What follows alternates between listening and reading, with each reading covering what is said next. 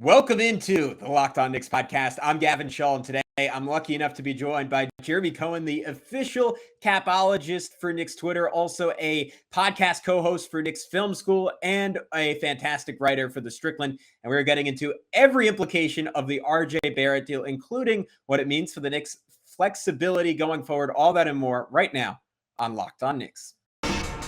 You are Locked On Knicks, your daily New York Knicks podcast. Part of the Locked On Podcast Network. Your team every day.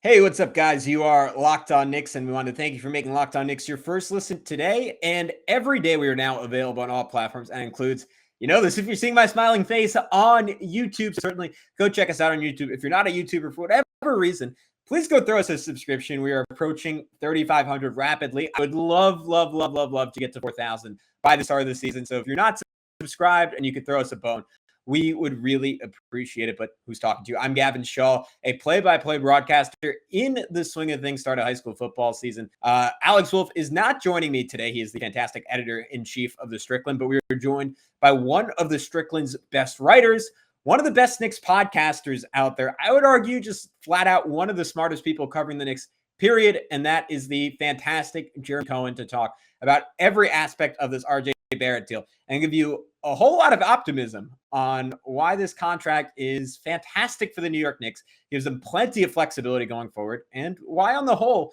we should be very optimistic about the Knicks' future. But without further delay, let's get into it right now with Jeremy Cohen. All right, guys, as promised, we are lucky enough to be joined by the fantastic Jeremy Cohen, both one of the funniest and one of the smartest guys on Knicks Twitter. Normally those things don't go together, but Jeremy, you managed to pull it off, man. It's been over a year, so welcome, or right around a year, but welcome back to the podcast either way. Happy to have you. How's your offseason been? Well, first of all, I'm flattered, Gavin. Thank you. I really appreciate that. Off season's been busy, it's there's a nice calm period where I felt like I was able to really recharge my batteries, and now we're just in a staring contest, and I so want it to be over. I'm sure all Knick fans want it to just be done with, Jazz fans too probably, but things were good until we got into this situation, and now let's just fast forward if we can.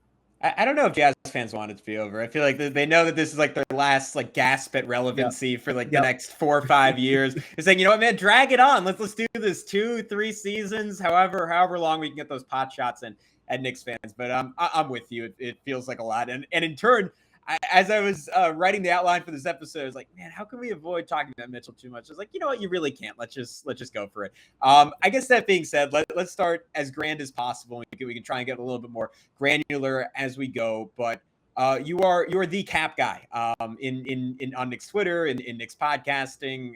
Very, very good at it. So I figured we couldn't pass this opportunity by. Where does this RJ Barrett contract leave the Knicks in terms of their flexibility going forward? Because I was trying to run through it today, and we've been talking about this a lot on the podcast recently, but the idea of that a team and a culture is fun and exciting until you have to start paying all those young guys, and you're not only not winning championships, but you're not winning 50 games a year. You're stuck at 45, 46, 47 wins a year. And it's like, oh, crap, we got to give Emmanuel Quickly $16 million a year. Quentin Grimes, he's one of the best 3-and-D guys in the league. Let's throw him 20. Obi Toppin all of a sudden is averaging 24-8. And I almost feel weird bringing those guys up because as we're dancing around, there's a very high likelihood that one or maybe even two of them won't be on the team in the near future. But that's sort of where my mind went with RJ. What kind of flexibility do they have to pay those guys if they pop going forward?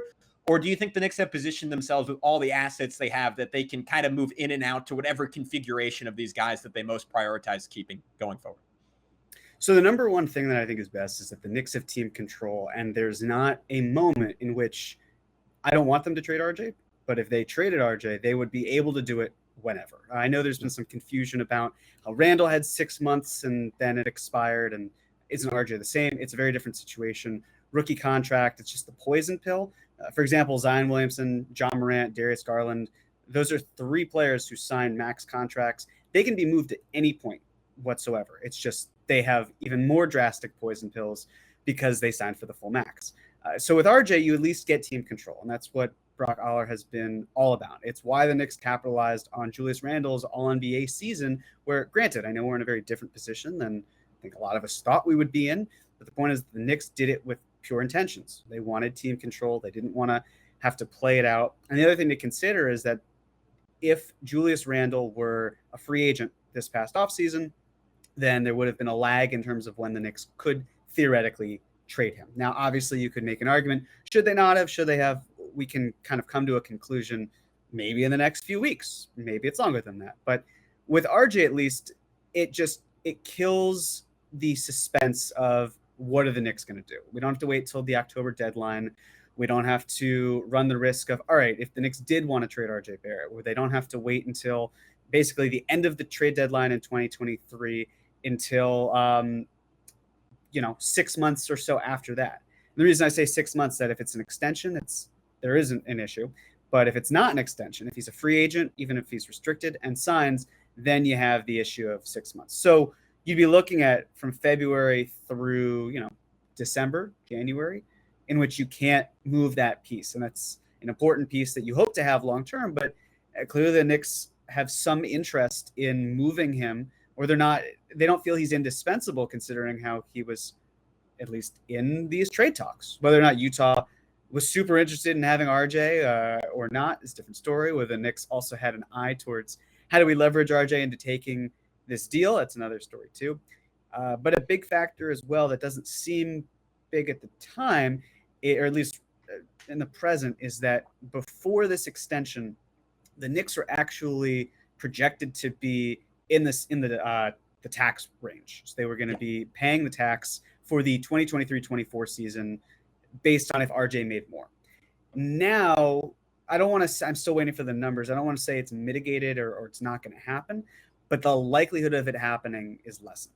And that's important because while one might think, well, it's just the salary tax, or just the tax, whatever, Dolan can pay it. Yeah, but you're also trying to think of the long-term future, which is you don't want to fall into the repeater tax, which is basically in 4 years, 3 of them you're paying the tax. Then there's some harsh penalties. So this is a very long-winded way of saying I'm really glad they got the extension done. It lines up. It's not a max. Pro player, so it would have been nice from every player standpoint. I wish all of them could get maxes, but as a Knicks fan, I'm glad it was where it's at. Yeah, I'm interested in terms of what this means for the Mitchell negotiations, and you were just sort of dancing around, going too far into it, but I want to get into it a little bit because it seemed almost like RJ was used as a bargaining tool going both directions, both to the Knicks to leverage negotiations with Bill Duffy and say, all right, if you don't want to end up with Utah, let's find a way to get this deal done.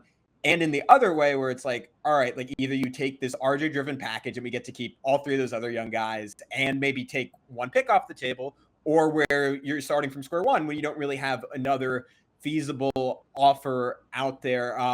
I guess this is all a long-winded way of saying like how I'm not even sure how much it matters now, but how on the table do you think RJ was? And are you happy that he's quite possibly off the table?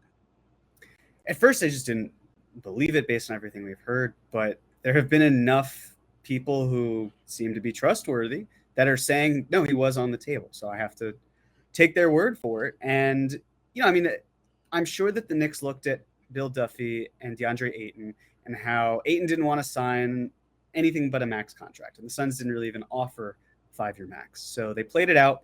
And eventually Ayton signed an offer sheet. The Suns matched it right away. They can't trade him for an extended period of time. They can't trade him to Indiana for a year. You could also make an argument that if they found a way to use Ayton in a trade because he was already under contract and there were no restrictions, they didn't have to bend the knee to him to determine where he wants to be, the Suns maybe could have gotten Kevin Durant. Obviously the Nets decided we don't want to do it, but that was a key element that then took the Suns off the board. And if they had played it smarter, and I understand, again, in hindsight, why they did it, but then again, in hindsight, probably should have just maxed him. And I think that with RJ, it's, well, look at how many teams have cap space this summer. There are a lot of them. This summer being the 2023 season. There are going to be a lot. And if you are a small market team with really nothing to lose and you want to just try to screw the Knicks over and you feel like, hey, maybe we can leverage something. And then the Knicks are in between a rock and a hard place. They either have to commit to RJ or they let him walk. And they're not going to let him walk. That would be disastrous. So they basically just learn from the Suns' mistake and use this as a way to help bring him back. And hopefully he's here for the long-term future. But it just, a lot of headaches seem to go away. Some are still there with Donovan Mitchell, but a lot of them also disappeared. All right, when we come back on Locked On Knicks, I want to continue to get into the implications of this RJ contract. What does it mean for the Knicks' other young players going forward? But before we talk about that, I wanted to remind you that today's episode is brought to you by BetOnline.net. BetOnline.net is your number one source for all your pro and college betting needs and sports info this season. You can find all the latest football league developments, game matchups, news, and podcasts, including this year's opening week's games.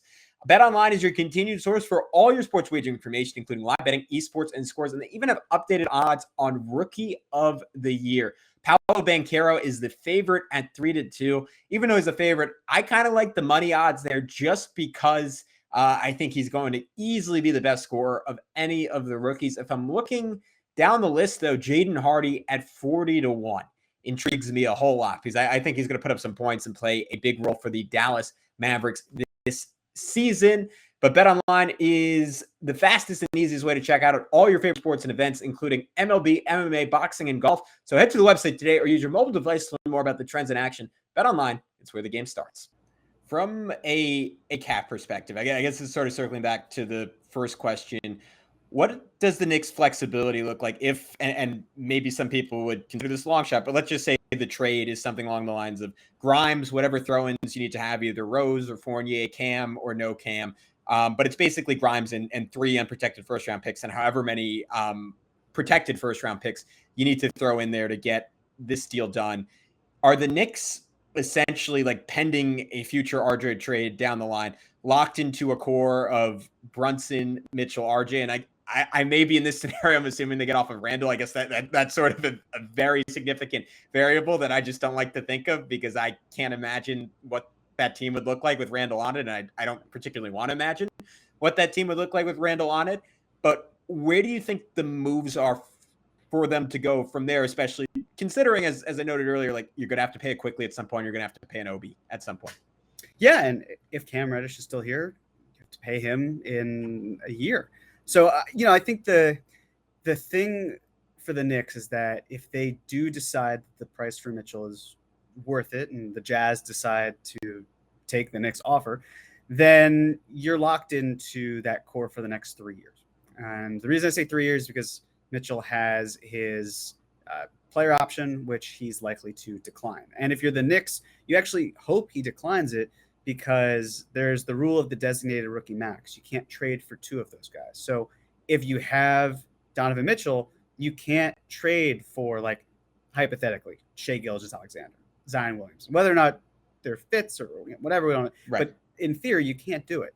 And then Brunson has his player options. So you hope he opts in, because if he opts out and walks, then the salaries the Knicks already have on the books, it doesn't really help them.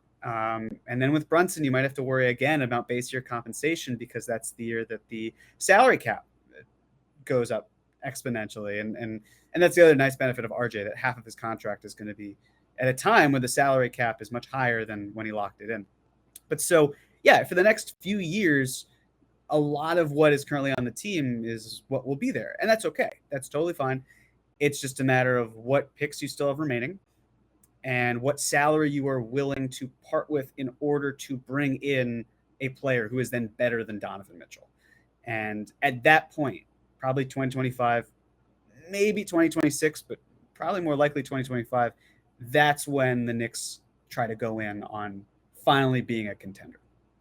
Yeah, and that's what I find so fascinating in this, right? Because it's almost, I hate to use this terminology, but it's almost like raising a lamb for slaughter, where when you're projecting how good RJ Barrett can be, and you're wondering, it's almost like an escalator, and you're like, all right, when is it going to stop? When does it level off? And it's like, all right, if he gets this good, that's perfect, because then we can take him and we can take these 2 or 3 first round picks we have, and we can turn him into, again, not a specific name, but like a Jaylen Brown type of player, like, or if he hits an even another level, let's just say he's averaging 26 points a game with relatively good efficiency. It's like, oh, if I'm not saying this is particularly likely, but if Luka Doncic told Dallas he was going to leave, you could say, well, we got a top 15 player in the league, and we could throw you a million assets, and we can go get someone who is a clear-cut number one guy in a championship team. Again, those guys get traded once every 20 years, so who knows? But it's rare. All that is to say, like, it's this weird thing where, like, you're almost betting against yourself, and you're like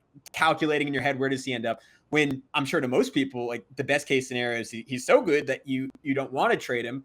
But it's almost hard to imagine anyone getting to that point if the end goal is a championship. So this is part roster building, part philosophy. But where are you at in terms of just like how you think about where RJ will end up and who you want him to end up being with this kind of deal and who they're bringing in? The challenge is that he was a third overall pick. So the expectations for that are high. The contract says, well, you're not the value of the third overall pick. You are somewhere below it. And that's understandable. I guess the question here as well is, do the Knicks believe that RJ could be a real star? Or at least do they feel that he would be better than what Donovan Mitchell is now? Considering if they were honestly keeping him in the trade and adding two unprotected first, it seems that they view him highly enough to keep him, but not highly enough where they would take him off the table entirely. And you certainly hope that he turns into that. The nice thing about having RJ under contract now is Jalen Brunson's a really good point guard. And he is the best point guard the Knicks have had in quite a while. To be able to have the ball in his hands and RJ Barrett working off of him, there's a possibility here that RJ's stock improves and you're looking at someone who's now more expensive. And then how does that affect your cap sheet? How does that affect your general plan, all of that. So the best thing, of course, would be for RJ to be the best version of what we want him to be. But having a point guard and having other talent around him that can do more with the ball too, that certainly helps him a lot. So I guess that's probably, it feels like a fair middle ground. So fair. Contract-wise. I think it's so interesting to think about what he looks like on a Donovan Mitchell team. And again, Randall is the big bugaboo in those conversations, right? Because I don't know how much you guys have talked about this on Knicks Film School, but I'm sure it's been covered. I don't see the fit with all four of those guys at all. And I think everyone's almost in agreement on how fluky Randall's shooting was in 2021.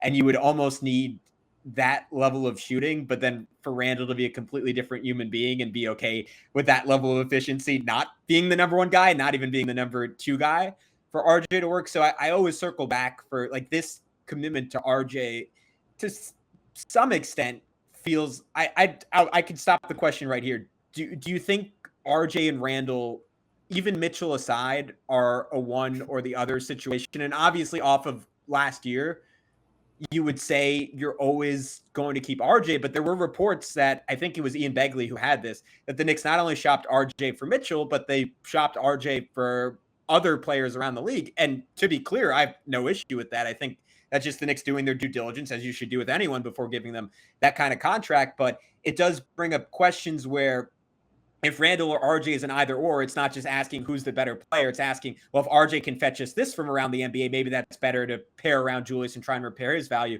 when Julius's value is almost nothing. So all that's a long-winded way of saying, do you think the two can coexist together for any period of time longer than this trade deadline? I really don't. I'd like to believe it. I truly would, but you can only have so many high usage players who aren't as efficient as they need to be. Yeah. And I just struggle to see how Julius can play off ball in the version of him that he is. And it's like, he's going to be turning 28 in November. I don't know how he changes his game, especially when he can say, look, I've been an all-NBA player doing what I've been doing. So it can come back. And even if we don't feel like it can, it's not going to change his style. There's the thought process of like, oh, well, Tibbs is the coach. He'll be able to right the ship in some way. We saw last year how it fell on deaf ears if he was trying. They clearly were not running plays for him to operate differently than what he knew.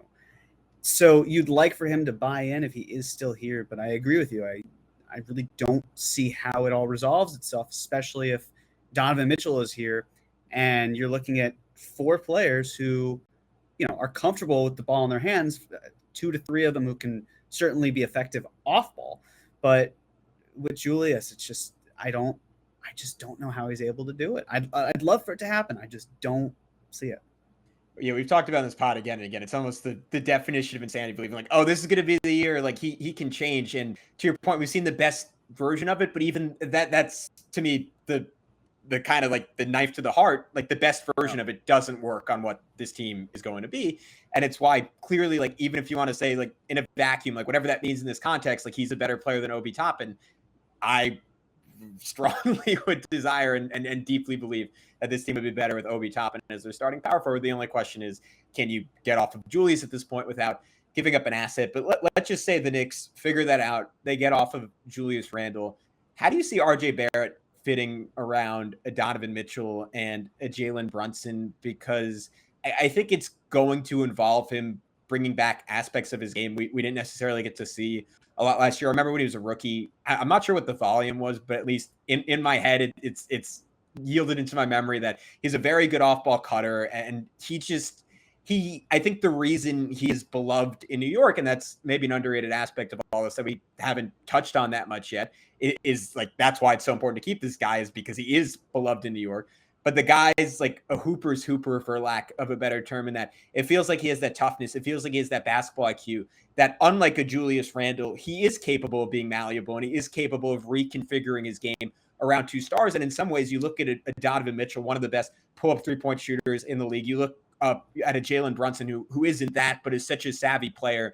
And in my mind, I have a gut feeling that as long as Julius is not on this team, those three are going to figure out a way to play together. But I still think there are some stiff challenges for RJ there, especially when the majority of minutes are still going to come with a Mitchell Robinson parked around the rim. But what are you looking for in the fit of those three guys, assuming that Mitchell trade does eventually go through?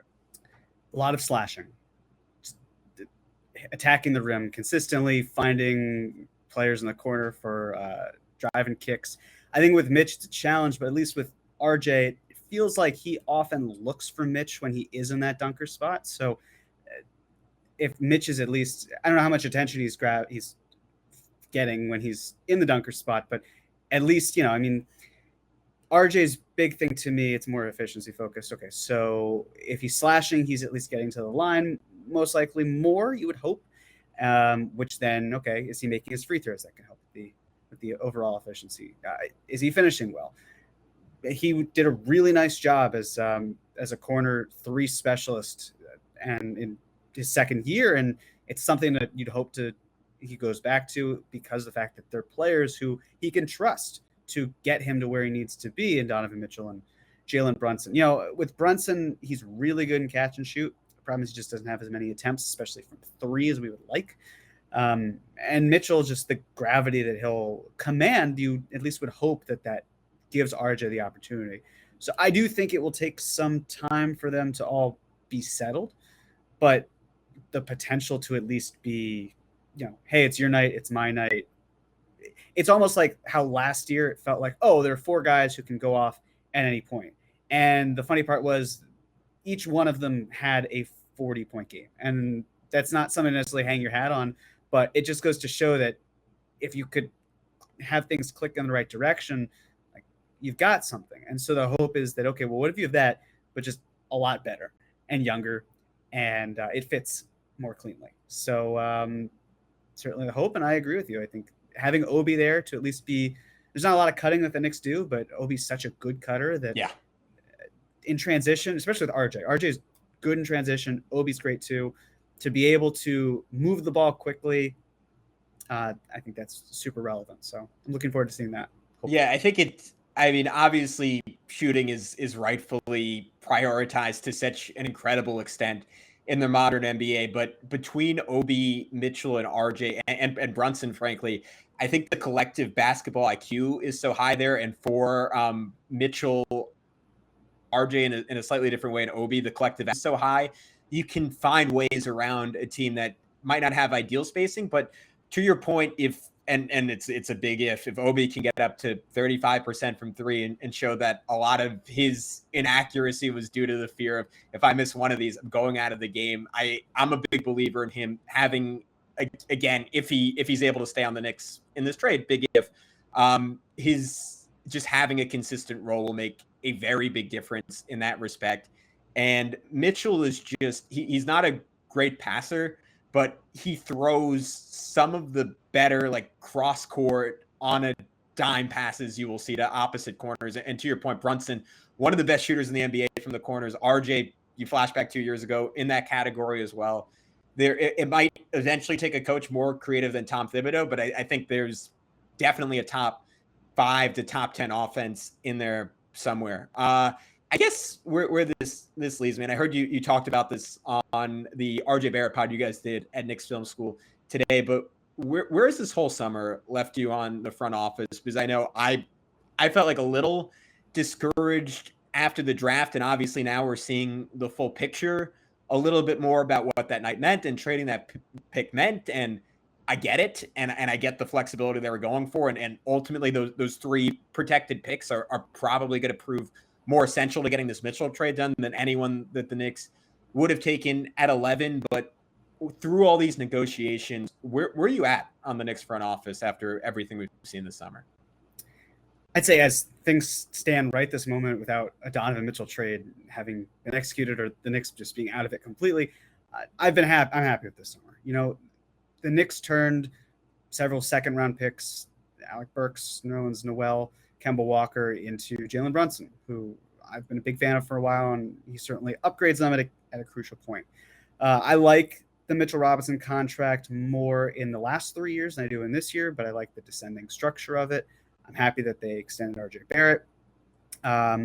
Would have loved for them to have operated over the cap this year, but I think they would have been more susceptible to tampering issues, because the teams that have been dinged for tampering did sign in trades and the Knicks didn't. So the hope is that if they get away with tampering, clearly didn't do anything wrong, but if they did, hypothetically, of course, that everything should be fine. So I'm happy with how they've operated. I was okay with the trading out of the pick. I just wanted the details. And then when they came, I thought, all right, this is great.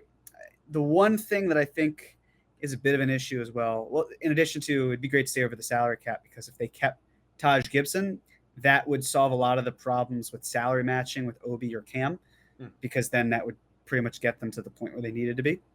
But the other one is, I'm sure that they didn't anticipate Donovan Mitchell being on the market this year. And that's kind of out of their control. Utah got an amazing package from Minnesota, and they couldn't turn it down. So I don't blame them for that. But the way that the Rose contract has the team option for 2023-24, the way that Fournier would have a 1-1 with the second year being a team option as opposed to 2 years and then a team option. It just, getting the picks and moving, it just seemed like that would be, the Knicks were perfectly set up to make that move in 2023, and where Donovan Mitchell would have cost less because it would be 2 years instead of 3 years of team control. But that's out of their hands. So I can't fault them for that. But what I can potentially fault them for is if I feel like they've overdone it. And even if the reality is that you have to give to get, I totally hear that. Doesn't necessarily have to be this year. Doesn't have to be this player. I like Donovan Mitchell a lot. But as things stand right now, I think I'd give this offseason B+. I think they made the improvements. It's just now on coaching to bring it all together. Yeah, I think I mentioned it when we did the first episode post RJ, but I think you framed it really well on Twitter, just talking about the Charlie Ward curse and saying it was kind of a small hurdle to clear, but they had to do it. They haven't done it in 30 years. And it feels like you do have to grade them on the sliding scale of past Knicks front offices and these things that should be commonplace. Like you draft a player third, you expect to sign him to an extension. It almost, I mean, Kristaps is sort of the one guy who's gotten in the top 5 in recent years who was like a real threat. Like, oh, is he actually going to take that qualifying offer? Oh man, he might really do it. Guess we got to deal him. And of course, that seems to have worked out for the better. But it's it's a symptom of organizational health, I guess, is the way I would frame it. And to me, that is a baseline. Like we've heard for years and years and years, if the Knicks just operated as a normal NBA team, players will inevitably come. And now they're very close to getting a Donovan Mitchell. And I'll let you talk about this a little more right now, but you were tweeting about it today that RJ, like part of the appeal of having him back is that he's a guy, you look at his pedigree and you just look at some of the connections he's made over the year. You have those two guys, you have an organization that, again, at the very least is operating just as a run-of-the-mill NBA team. This is a group that should have the appeal going forward, and a front office seemingly that's smart enough to capitalize on that appeal. Yeah, and there will come a point where, similar to how RJ was potentially in these offers, that there will be other offers where RJ might be a part of them. But there's like a gravitas to RJ that he holds, and it's important to keep it in mind where he went to a prestigious high school, went to a blue blood for college. He works with Drew Hanlon in the sense of Drew Hanlon has a lot of great clients and they work out together. And Canadian national team, there's some real talent in Canada. And it's kind of what's fascinating to me about the dynamics is a lot of the super teams that we have seen, they are, I almost want to say, entirely American driven. It's really rare for the international players to kind of team up. I'm not saying it doesn't happen. Of course it does. It's just there's something about the camaraderie. Maybe it's the AAU circuit. Maybe it's the collegiate level. There are fewer barriers that exist. And if RJ is kind of immersed in all of that, if he's a focal point in New York, if the Knicks are doing well, it's really important that the Knicks have him there. And again, ideally he is the second star and then the Knicks go in on a third star.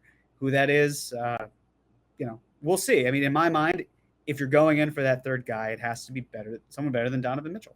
And if Donovan Mitchell at his peak is a top 15 player, that's pretty incredible. You just need to find someone who is better than him. The thing is that those players don't grow on trees, so you have to find a way to do it. Yeah. And it has to be the right fit, but that's future Leon Rose's problem to deal with. So in the meantime, yeah, I don't think RJ is untouchable. I feel like he was untouchable in this deal just because it didn't make any sense to move him. And never say never, but the indications, at least from Ian Begley, he's all but off the table. So great, let's move on with other packages, and if we can't find the right one, we can always circle back.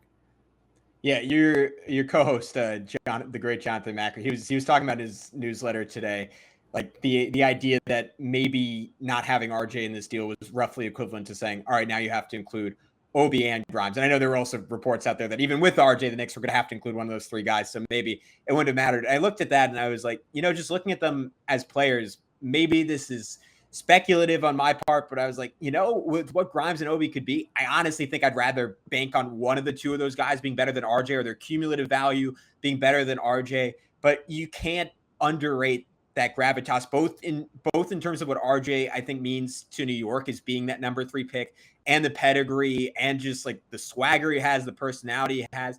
And then I almost think I am guilty of this, like underrating the fact that RJ has done it. Maybe not from an efficiency perspective, but in terms of taking on that volume every night, to me, that was one of the most important developments for the Knicks last year, that he showed like, all right, I can physically shoulder this load and like towards the second half of the season, get to the free throw line 8 to 10 times a game, playing with the worst spacing in the NBA that doesn't even really resemble modern basketball. And I can just put my head down and barrel my way through the lane and do that over and over and over again. And that's where I keep coming back on RJ's value and this contract with, I think it was Stephen Bondi who had it today, like only being $107 million guaranteed, where I keep coming back to this being a good deal, is that even if the efficiency doesn't improve, and he still could become this, but he never becomes a guy who is an efficient creator of jump shots, whether from 3 or mid-range, that I think ultimately, unless you're a center or you're a total Giannis-esque freak, you're going to need to have that as part of your game to be a perennial all-star. What RJ is right now, and just a moderately better version of that, and I think that's an inevitability with what kind of worker he is and how young he is, I think is worth the money that he's being paid. And to me, that is a baseline. Like, this contract only has upside. 100%. And especially the baked in incentives would imply, okay, well, if he becomes the player that we all want him to be, then he'll make the money he needs to. I'm someone who I really prioritize wings more so than guards, and certainly more so than bigs. But there's a lot of talk of how, RJ's on the slower side, he's not explosive, and that's completely accurate. But to me, what wins a lot of the time is more strength. And when you look at RJ, I mean, he is 22 years old. It takes time for these younger guys to really bulk up and use their strength and then know how to use their strength. And that's where I see RJ kind of going. It's why I think you could say he's hopefully more of a late bloomer than a lot of his counterparts, where, all right, two of the guys who were in his class who got max contracts, John Morant and Darius Garland, are both incredibly quick guards. Their games are very different, but they're fast. They use speed to their advantage. Zion is Zion Williamson. RJ's a wing. He's very different from all three of those players, and that's totally fine. It's just a matter of how can he learn to use his strengths to his advantage. And that's just kind of why I buy in. I know that the dedication is there. I know that the talent is somewhere in there. A lot of times it was all about his shooting form. His form seems fine. It's just being able, like, if he finishes a little bit better, if he shoots from the free throw a little bit better, if he cleans up some of the things that aren't great in terms of shot selection, you're looking at a player who has a very profound impact on what this team looks like. And you would hope that with the attention that Mitchell and Brunson will command, that opens the window for RJ to do something. Or if anything, let's say he's not this great offensive talent, if he can then focus his energy on the defensive side to kind of, so he's not overtaxed on one end versus the other. So that's certainly where I'd like to see him. But I think the contract's good. I think it's fair. Happy to have him. The dollar amount, especially when it comes to matching salaries, it just doesn't really matter that much. As long as, like, for example, if the Knicks were worried about cap space, then I could push back against my own argument and be like, well, there's an opportunity cost here. But now it's just, all right, they're above the salary cap. They're below the luxury tax. It's fine. There's salary matching rules if they trade him. It's not a big deal. Yeah, I'm with you. And I just think there's still, we keep saying if he is who he is, that's fine. There's just so much meat on the bone for him to become a better player, both as a playmaker and his ability to generate separation despite not having that elite speed. I do think that was a leap in his game last year. And the big thing on him coming out of the draft was that he did have elite de-acceleration. That's similar to how James Harden was unstoppable for year after year after year. And if that jump shot even improves a modicum and his context, it seems like it's inevitable that that's going to improve. There's, if not an all-star, there's a top 4 or 5 guy on a very, very good team as a minimum. And that already justifies this number with the way the salary cap is going to go up. But Jeremy, I want to go out on this because we get so caught up in the hypotheticals on the show. What will RJ be? Will the Knicks get Donovan Mitchell? And we overlook the fact that if the Knicks don't make a move, I think this is the most interesting roster and situation and exciting that the team's prospects have been in recent memory and maybe even past that in a very, very long time. What's one thing, whether it's a lineup or a player or just a general excitement for the season that you're looking forward to at the start of this year when we actually get Knicks basketball back in our lives? It's a great question. So does it have to be excitement? No, I have something. Okay. Yeah, it's not dread or anything. It's more just something. That's good. I didn't want dread. I didn't want dread. No time for dread. Yeah, sure. The Knicks don't have to do the Donovan Mitchell deal. That's fine. There's a certain price point, can walk away from it, but there is something that the Knicks have at stake, which is that there is a very good argument that there's still the roster logjam, because you're looking at what Tibbs runs as a 10-man rotation, and you have 11 players on larger guaranteed contracts fighting for 10 spots. And that doesn't even include Deuce McBride, who would presumably play when Derrick Rose is injured, which, based on Rose's track record, happens at least 30 games a year, 20 games a year on average. I mean, last year, they certainly held him out longer than he probably needed to be, but that doesn't even matter. And then, of course, Jericho Sims is there, but you can't play Sims with Hartenstein or with Robinson. So, again, you can make the argument that every single player on the Knicks roster right now deserves to see time, but, you're not squeezing out Derrick Rose. At least Tom Thibodeau is not going to do that. Quickly is going to see time. Obi and Randall is its own separate conversation, but Obi's going to get time to play next to Hartenstein. But then you, of course, have Cam versus Evan Fournier. And, you have Evan Fournier on $18 million this year. He's going to play. And you have Cam Reddish, who you just traded a first-round pick for, and it's a contract year, so he's got to play. But Tibbs isn't going to run an 11-man rotation. And, of course, there's Quentin Grimes, who I would imagine starts if nothing happens. So it's not that the Knicks can just, say we're done. We don't want to deal with Donovan Mitchell and the Utah Jazz right now. We can revisit this later. They can do that. It's also, okay, well, we have way too many players. A lot of times it sorts itself out. Last year, it just didn't. It took an injury, which, again, can happen, but it's just a risk. There's a lot of risk that's there, and then you get the flack of, well, Tibbs has too many players to juggle, and it's on the front office to kind of clear that up. So it's why I ultimately think a deal does occur, but in the event that it doesn't, it's kind of fascinating to know how this gets resolved in whatever manner. Yeah, and you get the feeling that there's a usage and a context for each of these guys. It's making it all work, and then I guess I'll end on some dread. I think it only makes sense without Julius Randle on this team. But that's a conversation for another day. Jeremy Cohen, thank you so much for your time. Before I send you out, can you tell everyone one more time where they can find all your great work? Yeah, absolutely, Gavin. Thank you. This has been a lot of fun. You can find me at Knicks Film School, where I do at least one pod every single week with Jonathan Macri and Andrew Claudio. And then once in a blue moon, when I finally decide to write something that can't really be described through podcast form, you can find me at the Strickland, where we have the best editor-in-chief on the planet in Alex Wolf. I don't know what happened to that guy, but he did great work back in the day. Just been MIA. Yeah, I should say he has been a great editor-in-chief, or was. I don't know. Right. Maybe there's a rebirth, a Julius Randle season, if you will. That's in. Yeah. I love the Strickland during the Ewing days. Jeremy, thank you so much. We'll catch up with you soon. Thanks, Gavin.